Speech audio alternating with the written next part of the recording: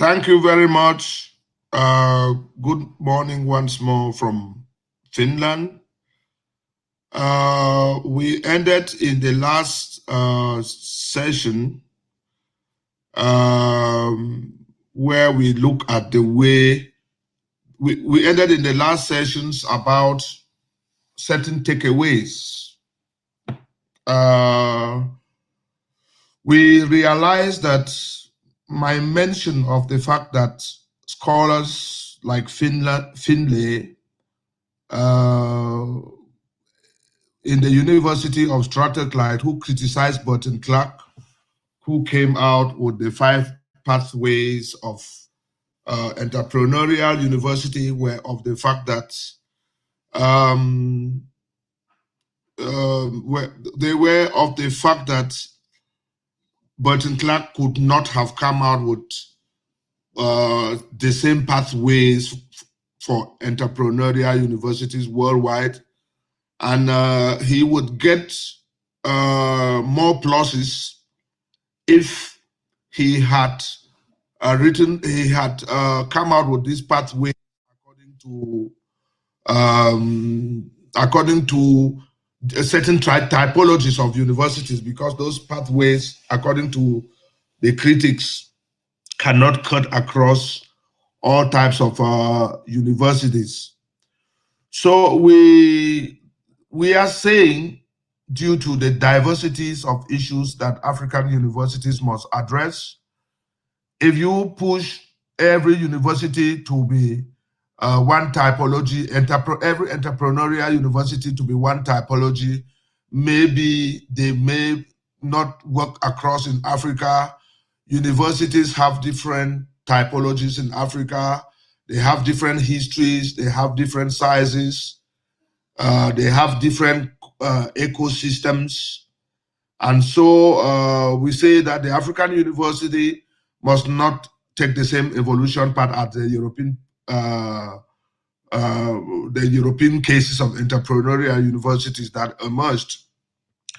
One of the ways is to link the African university to the population structure and the main issues, because we are seeing Africa has one of the most youthful population, for instance, which suggests that youth employment and job creation will be for a long time a main central priority than creating Ivy League entrepreneurial universities. So it is very, very important to factor in this employability and job creation aspects in it.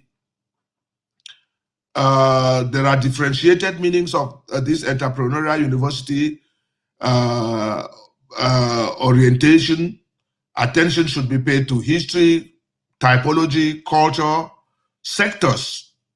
And we said, based also on the approaches that some European universities are emerging, that there is the importance of consortium, creating a consortium of entrepreneurial universities where the leading ones in similar typologies mentor the others within the same trajectory. And we find a very, in our study, we try to establish a few typologies, which is not exclusive. The developmental university concept has not faded, and so one of the first approach is the highly developmental entrepreneurial university. We cite the case of Makerere University in East Africa that is responding to several needs of the region, whereby once the university has picked up its path, it looks into the way that it can make the university more interactive with the stakeholders.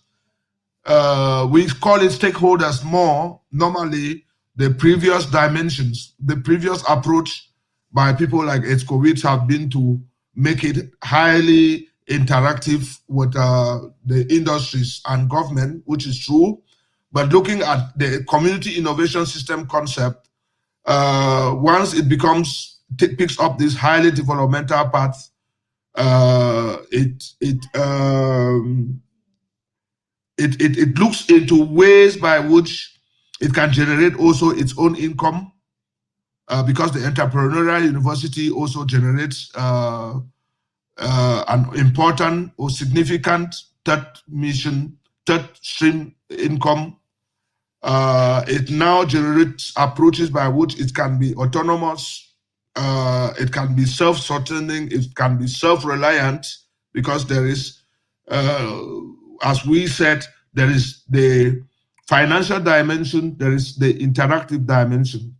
We also highlighted the evolution of certain technological and highly knowledge-based institution in Africa that combines research. The case of the, in our case study, we were looking at the Kwame Nkrumah University of Science and Technology. We now find another dimension, the social community engaged, that could pick up a path in social community entrepreneurialism, doing a lot of work with communities, advocacy, gender, women empowerment, entrepreneurship. We cite the cases of the University of Development Studies in Ghana in our case study.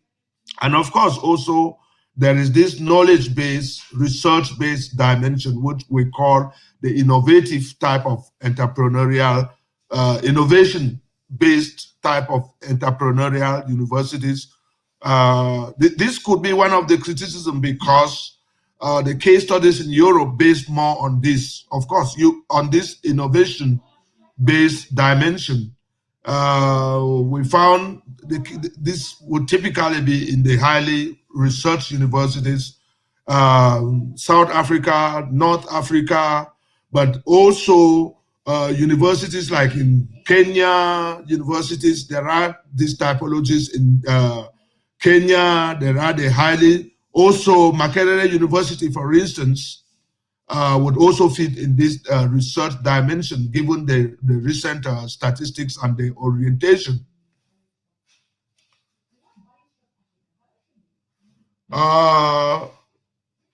Okay, we are also recommending, because we said in our previous studies, that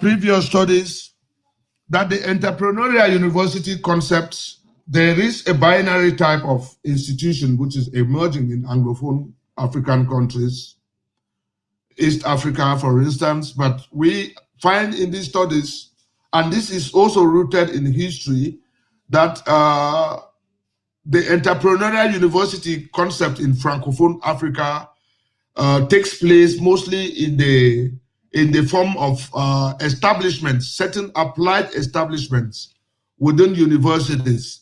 The Grand École, one of our case example was the Polytechnic in the University of Yaoundé in Cameroon, the Institut Universitaire de Technologie in West and Central Africa are also coming up. That is how the entrepreneurial university concept has emerged. They are highly entrepreneurial. They are very. They have a different culture. The different culture spirit within universities, and then we say that one approach to really get strong entrepreneurial universities from the Francophone sector is to see how mergers can be attained from some of this. If you merge some of those IUTs, make them universities, they would be comparable to some of these very highly entrepreneurial universities in the West. We see, for instance, that because they are hidden, they are wooden universities, they are the main university shields or dilutes this highly entrepreneurial component. We found in Nigeria, for instance, a highly enterprising highly enterprising university category, we take the case of Covenant University in Nigeria. Nigeria could have really excellent examples with a private sector and a different type of new management thinking. Okay, so it is important when thinking about the entrepreneurial universities in Africa to look at the differences in the governance systems, the differences in the cultures. When I talk of governance systems, for instance, I mean, in one of the publications by Burton Clark, for instance, there are universities where the power is at the central administration. But when you look at in Francophone Africa or the écoles, you know, the établissements are very, very strong in the governance. I mean, the rector at the center must base decisions on what this etablissement says. We look at different cultures, the Francophone cultures. How do the Francophone cultures influence entrepreneurialism? The different meanings that they make of higher education. They have different resource mobilization processes. We have to look at the developmental context, the developmental ecosystem. We have to look at the structure of the economy. We have to look at the different cultural and structural patterns. The practices of local universities and businesses. Also, there are different business practices that surround universities in each country in Africa. So it is not, this has been some of the examples. I was attending another conference last week that Africa can not always be looked at. It is highly heterogeneous. So this should be taken into account when developing entrepreneurial universities. So in module 4, we take note that leadership is also an important issue when it comes to universities in general. And also, we are thinking that the leadership styles of entrepreneurial universities cannot be as traditional as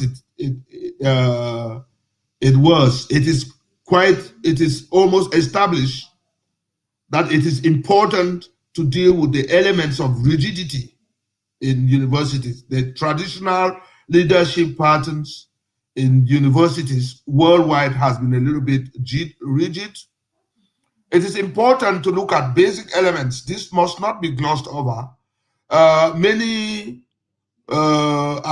university leaders should be sensitized about the basic elements, and we often say that the university cannot.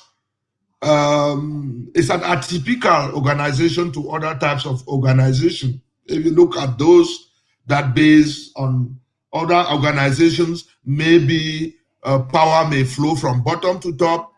Universities also have bottom-heavy organizations. Some power must always come from the bottom. The organization of higher education, the division of labor, for instance, is according to faculties covering broad disciplines. The concept of authority, we look at the concept of authority in higher education. Also basic beliefs, you find professional beliefs, you find beliefs according to disciplines. And so some of these could tie down the transformation to entrepreneurial university, different cultures of disciplines,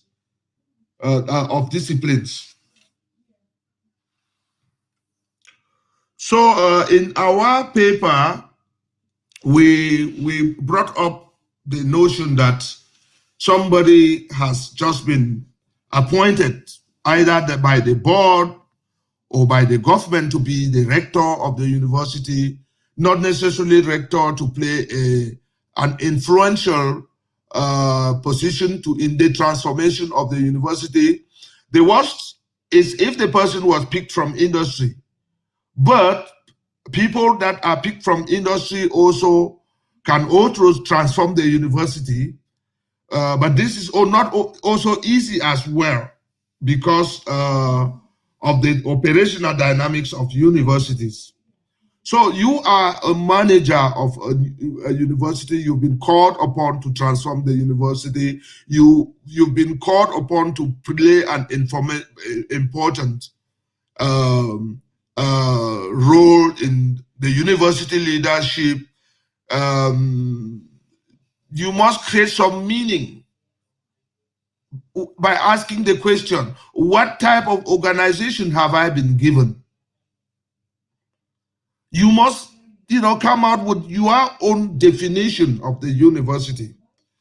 And the first meaning, the driving path to this transformation is to look at the organizational complexity of the university.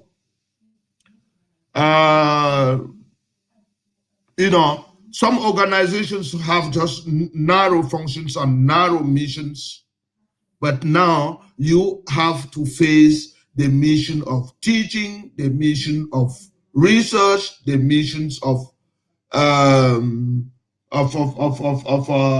the third mission, that is the application of the activities of the university to address issues in the external environment of the university.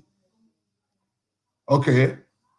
And then we even identifying that the role of the university has become more complex. Some governments say that, look, we want you to address issues of gender balance.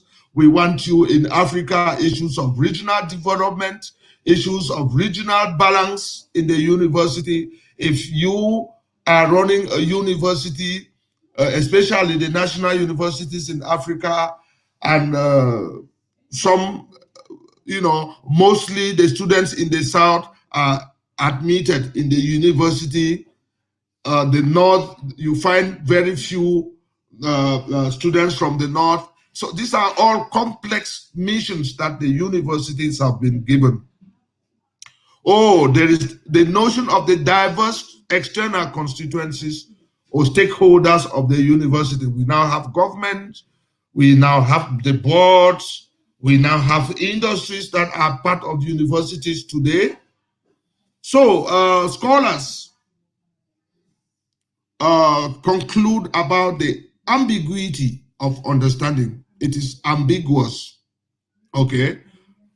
The university is composed of black boxes. What are the black boxes? This is the main challenge of the leader. The black boxes are the departments. I may have been appointed as the leader of this university. I have a background in biochemistry. Do I know the dynamics? What is happening in history? So these are the black boxes. These are the challenges to leadership in higher education.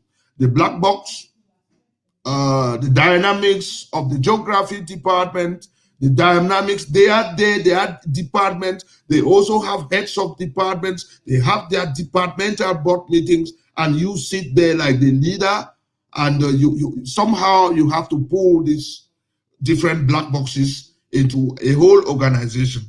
Another notion of ambiguity of understanding is complex technology, teaching and research. It is complex technology because you never know where the outcome of teaching ends. Research, there are unpredictable outcomes. The dynamic and volatile external environment. Some stakeholders come today, they disappear. Vague goals and ambitious decision making.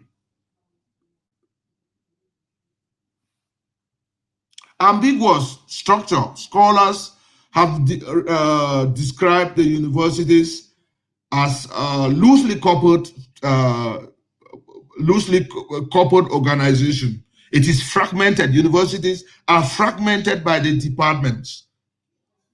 What is it about this notion of loose coupling?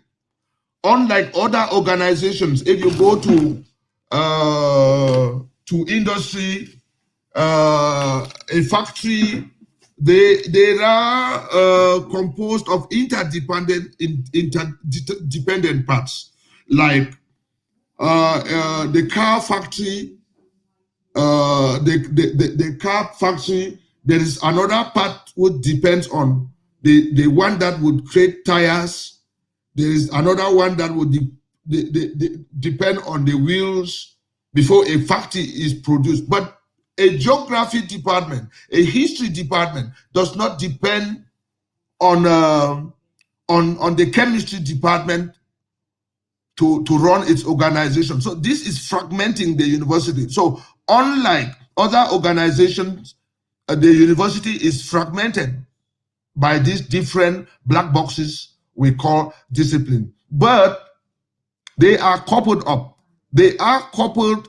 If I think of the 1983 publication where Burton Clark talks about the importance of belief. They believe around knowledge. They believe around the departments. They believe about the type of the belief and culture around the type of discipline in which they are found. And so this helps the university pool. But now, when it comes to issues of entrepreneurial universities, it is important now to see how the university pulls up as an organization.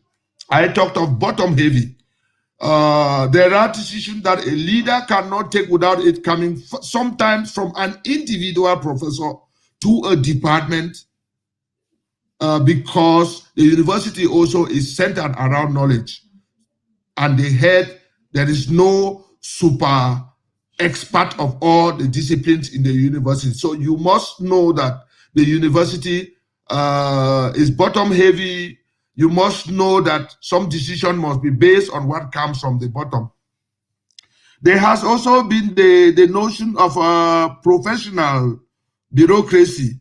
They have their bureaucracies, universities have their bureaucracies that are centered around these knowledge groupings. Cohen and March called them also organized. They are organized in an organization, but they are fragmented. Cohen and March called them organized anarchies. The ambiguity of meaning. Value rational organizations. They are value rational organizations grounded in strong cultures and beliefs and ideologies. There are the different departments, they create subcultures. Beecher and Troller in 2001 called it, there are different tribes in the same country or different tribes in the same organization, the tribes being the different disciplines. Universities also, you must remember also that universities have different organizational sagas and identities. So there are histories that make up universities what they are. There are universities that were based on clamors, clamors by the regional stakeholders that they must have a university here. They must have a university here. If one would take, there are cases of universities. A typical type would be that of University of Buea in Cameroon, which came out as a result of clamors, or I wouldn't call them strikes, that the traditional universities were mostly Francophone based. The early universities were mostly Francophone based universities. They built on the Francophone systems, which was marginalized for Anglophones. As a result, the government decided to create the universities for the Anglophones, built on the Anglo-Saxon system. So when you become a leader, you have to go by some of these sagas. You don't come in overnight and change what was the background of this university. So we now look at the university as opposed to the entrepreneurial university vis-a-vis the traditional characteristics of higher education. What are some of we must recognize the characteristics of higher education.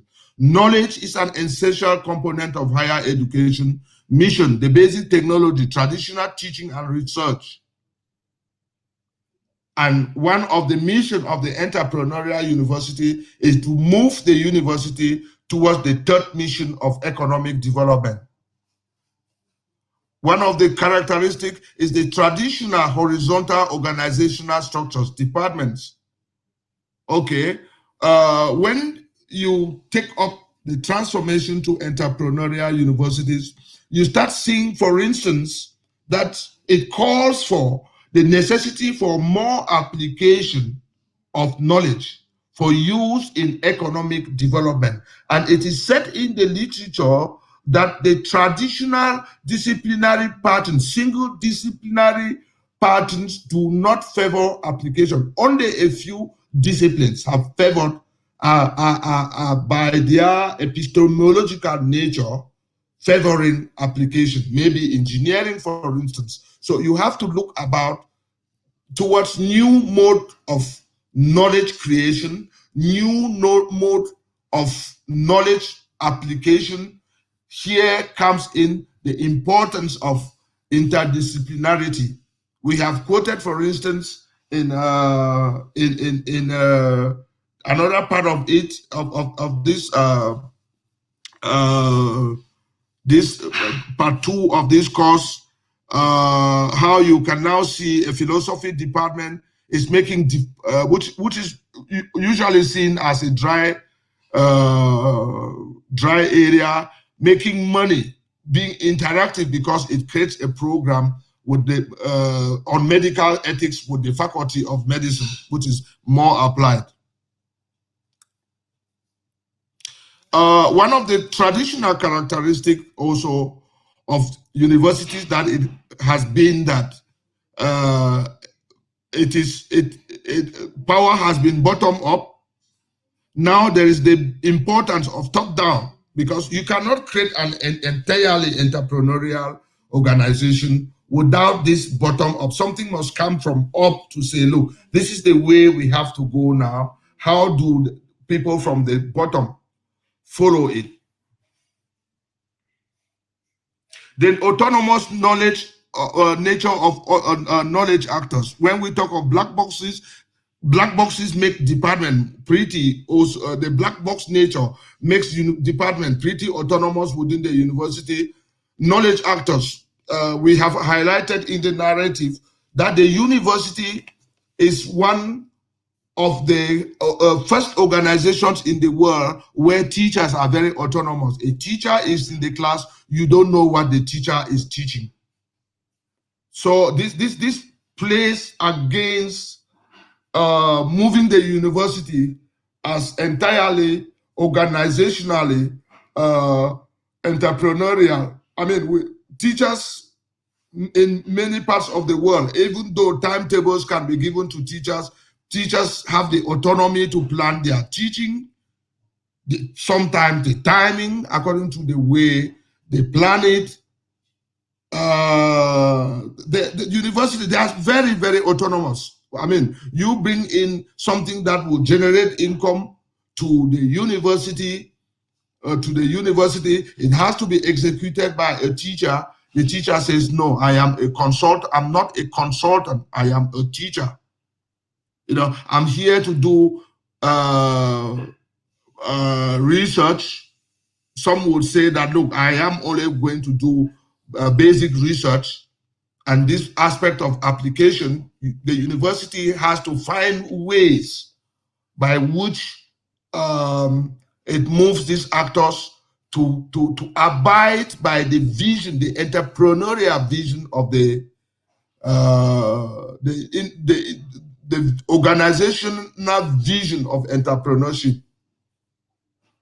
You have to think about transforming this independent disciplinary culture to an organizational culture of entrepreneurship and economic development. The traditional university as discipline-based organization, there are implications for knowledge application in the society, need for new mode of governance. How do you govern? The university has to find ways of governing, maybe first of all, pushing the interaction between several departments towards application. But when two departments have to come together, maybe they belong to two faculties, you have to look for new ways of governing them. The traditional bottom-heavy characteristics of university could be a hindrance. So there's also the implications for governance. The traditional loosely coupled nature of a university organization with strong independent parts. They are not interdependent as in industries. Therefore, called organized anarchies. Collegial universities have been based on collegial decision making. The traditional university, usually based on what is called primo inter pares, where for decisions to go through, peers of professors sit together.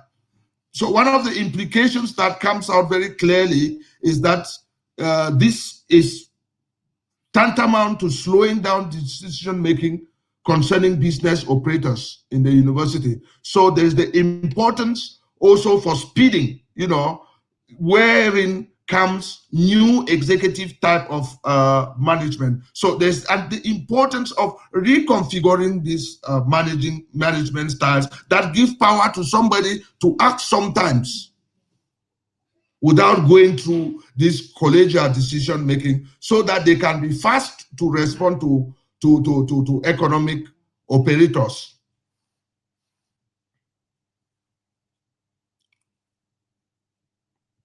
So in the narrative, we've been looking at concept, theories, and models of leadership applicable to universities. So we start with the traditional.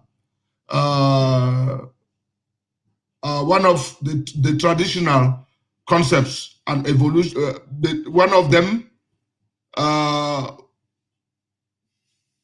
which falls within the theories of management and organization is the scientific aspect. So we can see that this is in line with the bottom heavy aspect. So this is one of the dominant aspects. Now there is the bureaucratic and the contingency approach. We will be looking at leadership theories and academic leadership.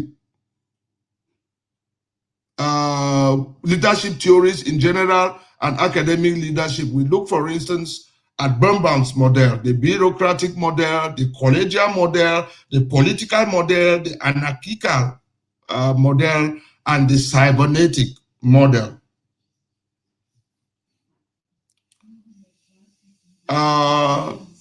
In the bureaucratic model, according to Birnbaum, everyone is like a cog in the machine. There is order. Order must be maintained. There is hierarchy. The bureaucratic is dominantly top-down. The steering is dominantly top-down, centralized.